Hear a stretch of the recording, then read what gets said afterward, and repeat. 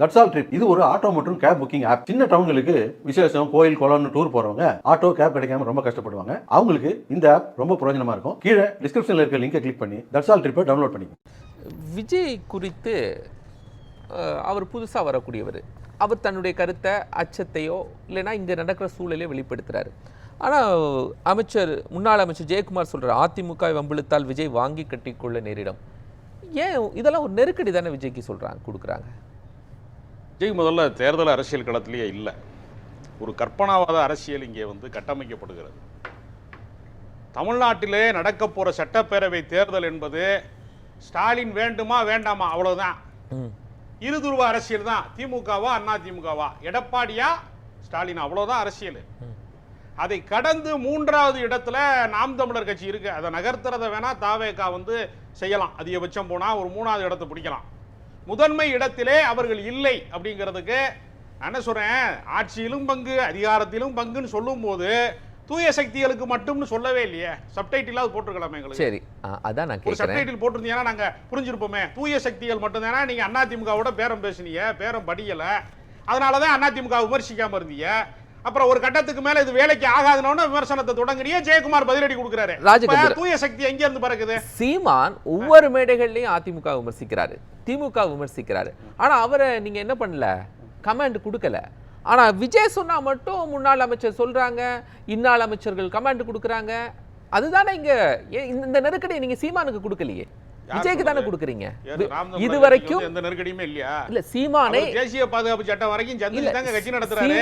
உங்களுக்கு தெரிஞ்சு அவரோட கருத்தியல் முரண்பாடு இருக்கு. அவர் நெருக்கடியை சந்திக்கலன்னு சொல்றது ஒரு தவறான கருத்தா இல்லையா? இல்ல, நான் என்ன கேக்குறேன்னா, இது வரைக்கும் இன்னாள் அமைச்சர்களோ முன்னாள் அமைச்சர்களோ சீமான் பேசுனதுக்கு ஏதாவது கமாண்ட் கொடுத்துருக்காங்க? ஒரு கமாண்டை நீங்க சொல்லுங்க. எங்க பெரியார் குறித்து பேசுனதுக்கெல்லாம் பல பேர் கண்டனம் தெரிவிச்சாங்க, கூட்டமே நடத்துறாங்க, கண்டன கூட்டங்கள் தமிழ்நாடு முழுக்க நடத்தினாங்க.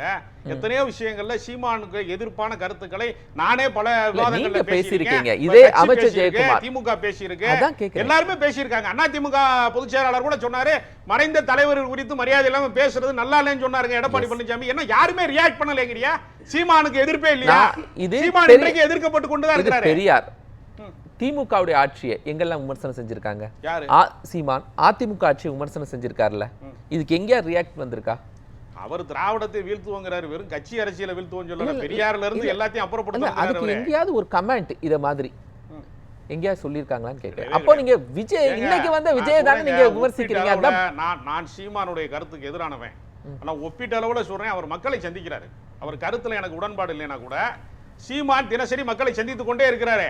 இப்ப நீ யோசிச்சு பாருங்க, அரசியல்வாதி யாரு அப்படின்னா களத்துல நிற்பவன் மட்டும்தான் அரசியல்வாதி. இன்னைக்கு பாருங்க, நாங்குநேரி பக்கத்துல பெரும்பத்துங்கிற கிராமத்துல ஒரு வன்முறை நிகழ்ந்திருக்கணும், திருமாவளவன் களத்துக்கு போறாரு. அவர் எக்ஸ் தளத்துல அறிக்கை விட தெரியாதா?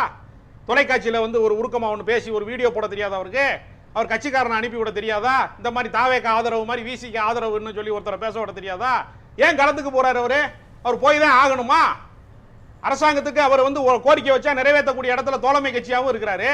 எத்தனையோ விஷயங்களை நிறைவேற்றக்கூடிய இடத்துல இருக்கிறாரு. அகில இந்திய அளவுல அவர் கவனிக்கப்படக்கூடியவரா இருக்கிறாரு. நாடாளுமன்ற உறுப்பினரா இருக்காரு. ஏன் களத்துக்கு போறாரு? களத்துக்கு போகாம இருக்கலாம்ல, அவருக்கு எல்லா வாய்ப்பு இருக்குல்ல. களத்துக்கு போகாம இதை கருத்தாக நான் சந்திக்கிறேன் அப்படின்னு திருமாவளவன் சொன்னா உலகம் ஏற்றுக்கொள்ளாதா? ஏன் அவர் போறாரு சொல்லுங்க? களத்துக்கு போற மட்டும் தாங்க தலைவன். எங்கயாவது ஒரு இடத்துல போகாத ஒருத்தரை ஏன் விமர்சிக்கிறீங்க? அவர்தான் அமைதியா இருக்கிறாரு. என்டர்டெயின்மெண்ட் தாங்க, வேற ஒண்ணும் கிடையாது. ஓஹோ, விஜய் ஒரு என்டர்டெயின்மெண்ட். ஏன்னா விஜய் வச்சுதானே நமக்கு இப்ப டைம் பாஸ் ஆகுது எல்லாருக்கும். நீங்க எப்பவுமே நீங்க பாருங்க, நாடகம் நடக்கும், ஹரிச்சந்திர மயான கண்டம், வள்ளி திருமண நாடகம்லாம் நடக்கும் கோயில் திருவிழாவில். எல்லாரும் தூங்கிக்கிட்டு இருப்பாங்க, உருக்கமா பேசிக்கிட்டு இருப்பான் ஹரிச்சந்திரன். உண்மை பேசுனதுனால கஷ்டப்பட்டேன் சந்திரமதியெல்லாம் அழுதுகிட்டே இருப்பாங்க. எவனுமே எந்திரிக்க மாட்டான்.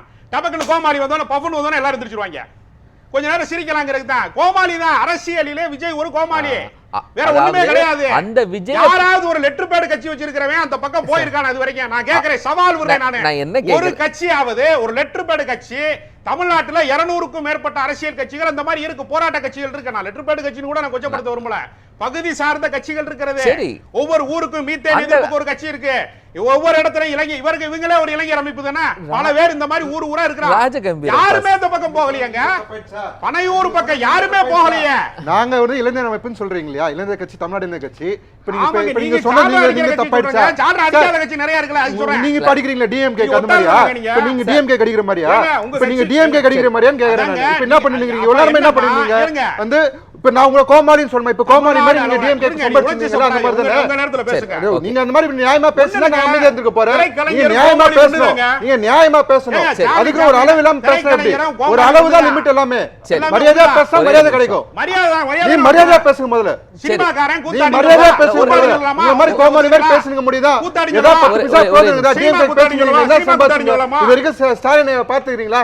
எவ்வளவு காசு சம்பாதிச்சுக்கிறீங்க டிஎம்கே பேசுங்க? சரி மணி தேவையில்லாத விஷயங்கள் உங்களை விட நான் கம்மியா தான் சம்பாதிச்சேன். ராஜகம்பீரம் நாங்க வந்து நீங்க கார்ல வரியா, நான் அரசியல் நாங்க அரசியல்வாதி. நான் வண்டியில வரேன். நாங்க அரசியல்வாதி. நீங்க விமர்சகர். நாங்க அரசியல்வாதி. நீங்க விமர்சகர். லோகேஷ் தனிப்பட்ட முறையில விமர்சனங்கள் அவர் தனிப்பட்ட முறையில தான் சார் சொன்னாரு. அவர் தனிப்பட்ட முறையில சொன்னாரா இல்லையா? சரி. அவர் தனிப்பட்ட முறையில தான் சொன்னாரு. கோதாகரி எங்கேயும் சேர்த்து நிறுத்தாரு. அவர் தனிப்பட்ட முறையில பேசுவா தப்பு இல்ல, அது கண்டிக்கலாம்ல. அவர் தனியா இப்ப என்ன பண்றாரு? இப்ப என்ன பண்றாரு பாருங்க. இப்ப என்ன பண்றாரு பாருங்க.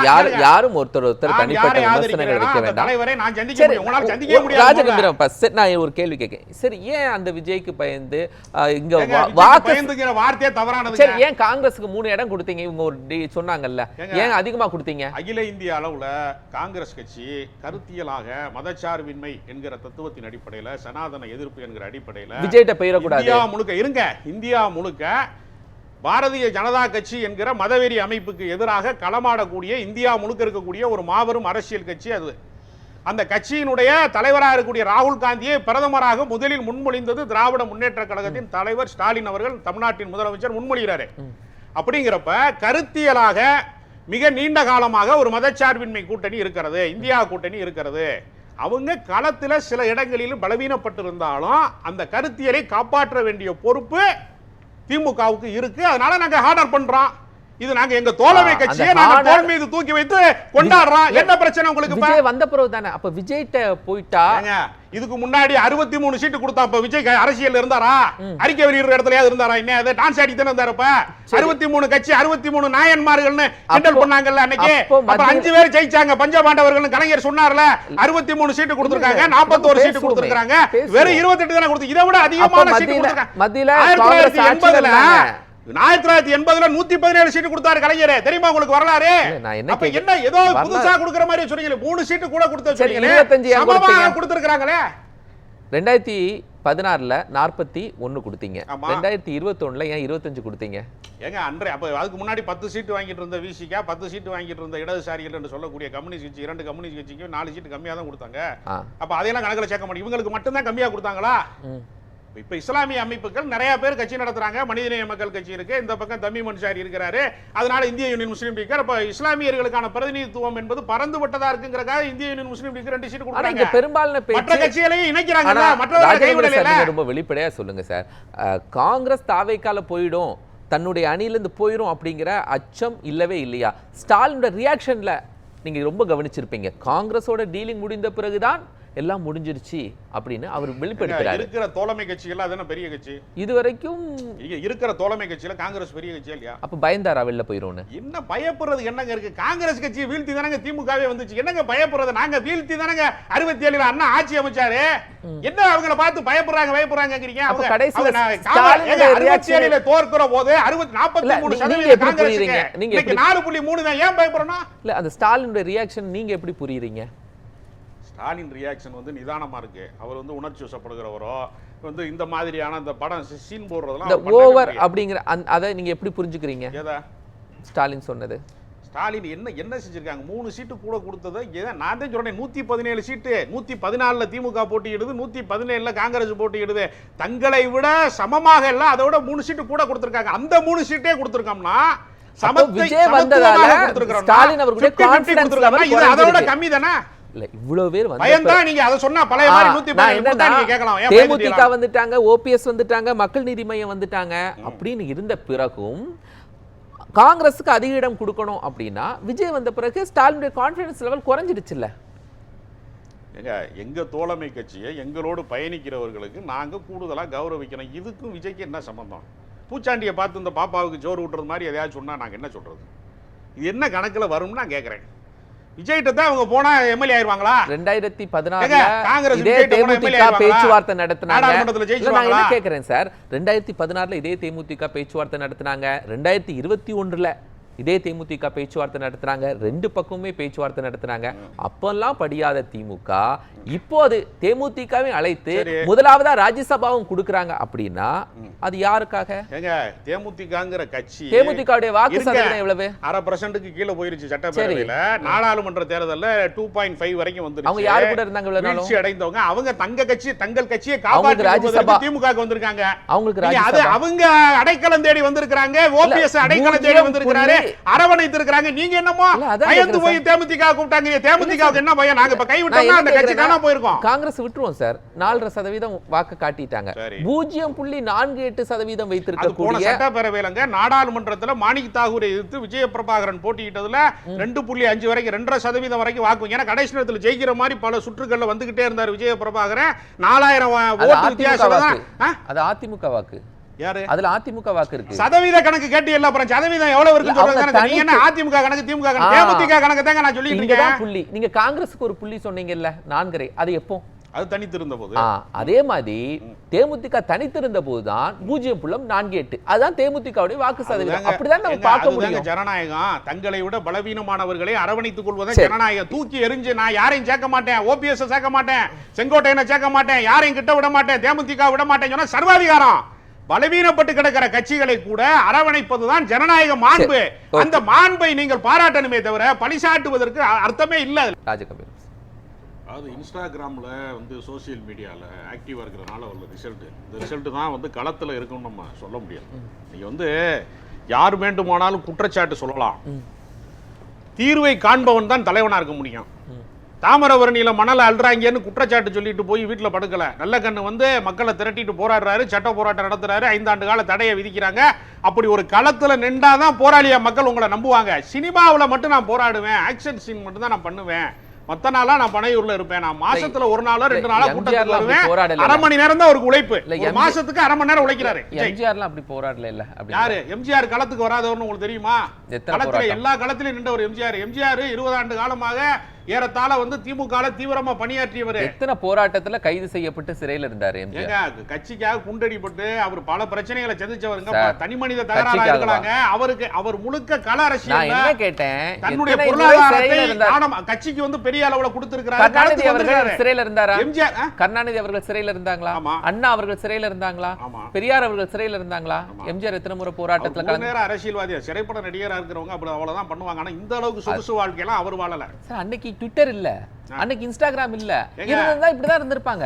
அவருடைய நிர்வாகிகளை சந்திக்க மறுக்கிறவரா, தனக்கு தானே தனிமையாக ஒரு இதை வந்து தனிமை தீவில் இருக்கிறவரா எம்ஜிஆர் இருந்ததே இல்லை. எம்ஜிஆரோட பழையவர்கள்ட்ட கேளுங்க. எம்ஜிஆர் கள அரசியல் செய்துதான் வென்றாரே தவிர பிம்ப அரசியல் எம்ஜிஆருக்கு உண்டு. ஆனா களத்தில் அவர் வந்து வேலை செய்யாமலாம் அந்த பிம்ப அரசியலை வச்சுலாம் அவர் ஜெயிக்கல. அது தொடக்கமாக இருந்தது. அதிலேயே வந்து அவர் வந்து நிறைவு காணல. மக்களுடைய நம்பகத்தன்மைக்கு உரியவராக மாறினாதான் ஒரு தலைவர் வெற்றி பெற முடியும். பிம்பத்துல வந்து நிலாவை பார்த்து ரசிக்கலாம், ஆனால் வசிக்க முடியாதுன்ற மாதிரி நீங்க ஒரு நடிகனை வியந்துகிட்டே இருக்கிறது மூலமாக எல்லாம் களத்துல நீங்க 234 தொகுதியில விஜய் தான் போட்டியிடான்னு சொல்ல, இதுக்கு பேர் தான் சர்வாதிகாரம். மன்னர் ஆட்சி அதான நடந்துச்சு. மன்னர் சொல்றதுதான் எல்லாமே.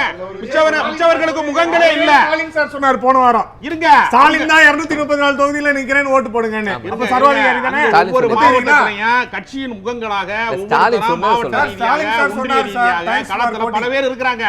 நீங்க களத்துல யாருமே வந்து அடையாளமற்றவர்களாக இருந்து கொண்டு கட்சி இப்ப கூட பாருங்க, கட்சிக்காரங்க யாருமே விவாதத்துக்கு வர்றது இல்ல. ஆதரவாளர் இப்ப டிஎம்கே விவாதத்துக்கு வந்திருக்காங்க. அப்ப நீங்க டிஎம்கே காரரா? யாரு டிஎம்கே காரரா? நீங்க தாவேகா காரரா? இல்ல நீங்க டிஎம்கே காரரா? நான் தாவேகா ஆதரவுன்னு போற தைரியம் எனக்கு இருக்கு. உங்களுக்கு இருக்குதா? ஏங்க உங்களுக்கு இருக்கா தைரியம்? டிஎம்கே ஆதரவு போட்டு உட்காருங்க பாப்போம். அந்த தைரியம் நீங்க எதுக்கு பேசுறீங்க? நான் தாவேகா ஆதரவு தைரியமா போட முடியுங்க. நான் தாவேகா ஆதரவு தைரியமா போட்டு உட்காரு. டிஎம்கே ஆதரவு தைரியமா போடுங்க பாப்போம். அந்த தைரியம் தானே இல்லாம இருங்க. திமுக ஆதரவாளர்னு உலக நாட்டுக்கே தெரியுங்க. இந்த தொலைக்காட்சியில பாத்துக்கிட்டு இருக்க ஒவ்வொருத்தருங்க திமுக ஆதரவாளர் தெரியும். திமுக இருங்க. அரசியல் விமர்சகருக்கும் அரசியல் நிலைப்பாடு உண்டு. திமுக தவறு செய்த போது கண்டிச்சிருக்கேன். தெரியுமா உங்களுக்கு? சொல்லுங்க. கூகுள் பத்தி பேசுங்க. இருங்க. சாம்சங் போராட்டத்துல தொழிலாளர்களை கைது செய்த போது திமுக அரசு செய்த நடவடிக்கை தவறானதுன்னு நான் கூலி படம் இருங்க, பார்த்திருக்கீங்க? தொலைக்காட்சியில நான் விவாதத்துல பேசியிருக்கேன். கூலி படம் பார்த்திருந்தா திமுக சரி. தூய்மை பணியாளர்களுக்கு பணியிடத்தை நிரப்ப வேண்டும், அவர்களுக்கு அதெல்லாம் பேசியிருக்கேன். உங்களுக்கு தெரியல, நீங்க அறிவு என்ன பார்த்து கொடுத்தீங்க? ஞான சூன்யமா இருந்தா நான் என்ன பண்ண முடியும்? உங்களுக்கு அறிவுலாக நான் என்ன செய்ய முடியும்? நீங்க பண்றீங்களா? ஞான சூன்யமா இருந்தா நான் என்ன பண்ண முடியும்? திமுக காரன் பேசி சொல்லி பேசுறாங்க. திமுக காரன் தாங்க. ஜேம்ஸ்